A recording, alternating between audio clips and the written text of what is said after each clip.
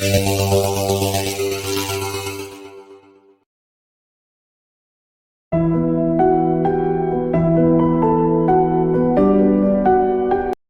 church Amelia had always found solace in her small town's church. It was a peaceful place, a sanctuary away from the hustle and bustle of everyday life. However, something had changed within the church in the past few days. Amelia couldn't put her finger on it, but something felt off. As she walked up the steps to the entrance, it was eerily quiet. The usual chatter and laughter of fellow parishioners were absent, giving off an aura of deep unease. Inside the church, Amelia noticed that the usually bright stained glass windows seemed to be blacked out from the inside. She looked around the empty pews and saw dark shadows in the corners of the room. They seemed to be moving, drawing closer, slowly surrounding her. Amelia wanted to scream, to run out of that church, but she found herself unable to move her feet. Suddenly, she heard a whisper. A sickening voice. "We will never let you go." The church doors slammed shut, leaving Amelia trapped in the building with the eerie shadows moving closer. She could see their faces now, twisted and snarling, as they slowly made their way towards her. Amelia pleaded for help, for someone to save her from the horrors closing in, but her cries fell on deaf ears. The church had become a cursed place, filled with hellish creatures and dark forces beyond her understanding. The shadows engulfed Amelia. Her screams were the last sounds ever heard inside the cursed church. No one would ever enter the church again, and the small town would forever be known as a place of dark horrors and unspeakable terrors. He was in my walls. Ever since I was a kid, I had always wanted to have my own house one day. I have 4 siblings, all girls, and they were always so loud. They were either fighting over who takes a shower first, or who took whose makeup, and where so-and-so's charger went. The point I'm trying to make is they always had something to fight about. I wished so hard that my mom would have another boy, but I guess I didn't wish hard enough. Just the idea of a quiet house for me was heaven. When I turned 18, I was finally old enough to move out, and I was so excited. Having a house all to myself makes me laugh because it was too hard to believe. I moved into this small apartment a couple of months ago, and the first 2 months were amazing. There was no yelling sisters, no running around the house, and best of all, there was no line for the bathroom. Everything in this apartment was mine, and I wasn't going to put it to waste. My friends came over a lot to see my apartment, and they all said it was tiny. But I didn't care. It was my house and it was big enough for me. Everything was going so well, until 3 months ago.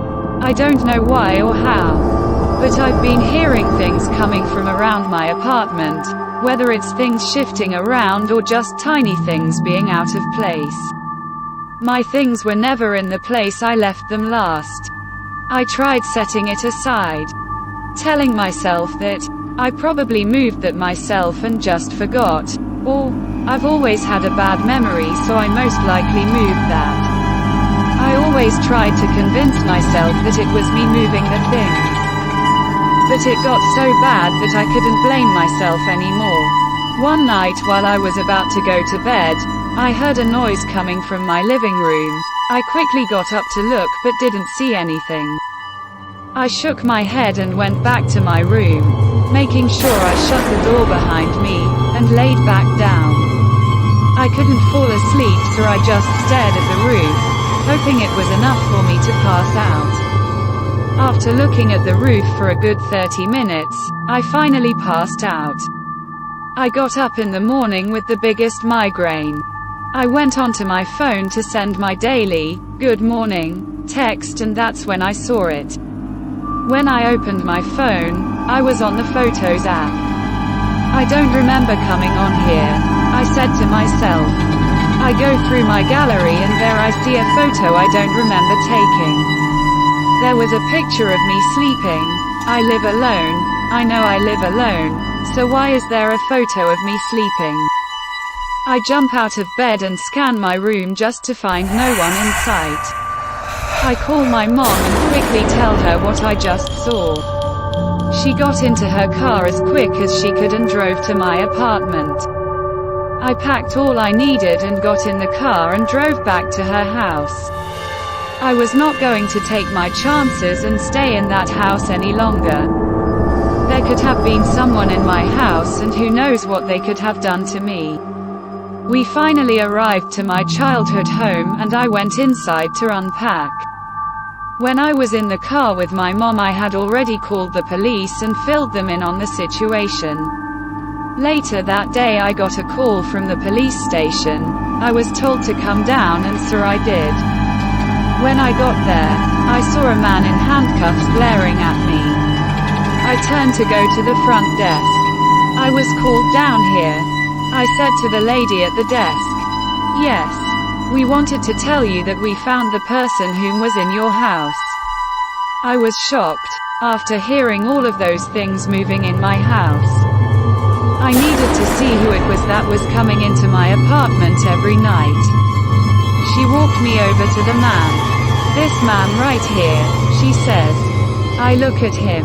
This is the man who has been coming into my apartment every night. I stare at him. "More like living," she sighs. "We found him in your walls. There was a little door that we almost didn't catch and there we found him, sleeping." I could not believe what I was hearing. The man in front of me was living with me, and I didn't even know. "How long has he been there?" I say to the lady. "About 6 months." I was speechless. "I've been living in there for almost 5 months. That means that there has been a man living with me this whole time." I didn't want to hear any more, so I leave the police station and go back to my mom's house. Ever since that day I have never wanted to live by myself ever again.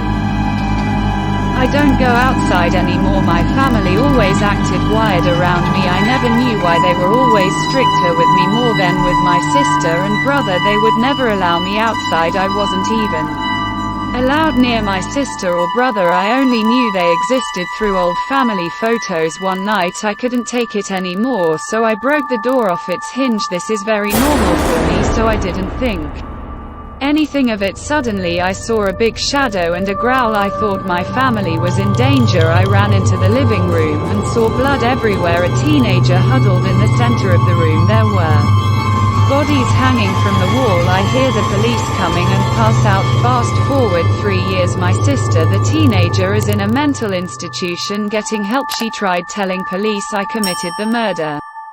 Silly her.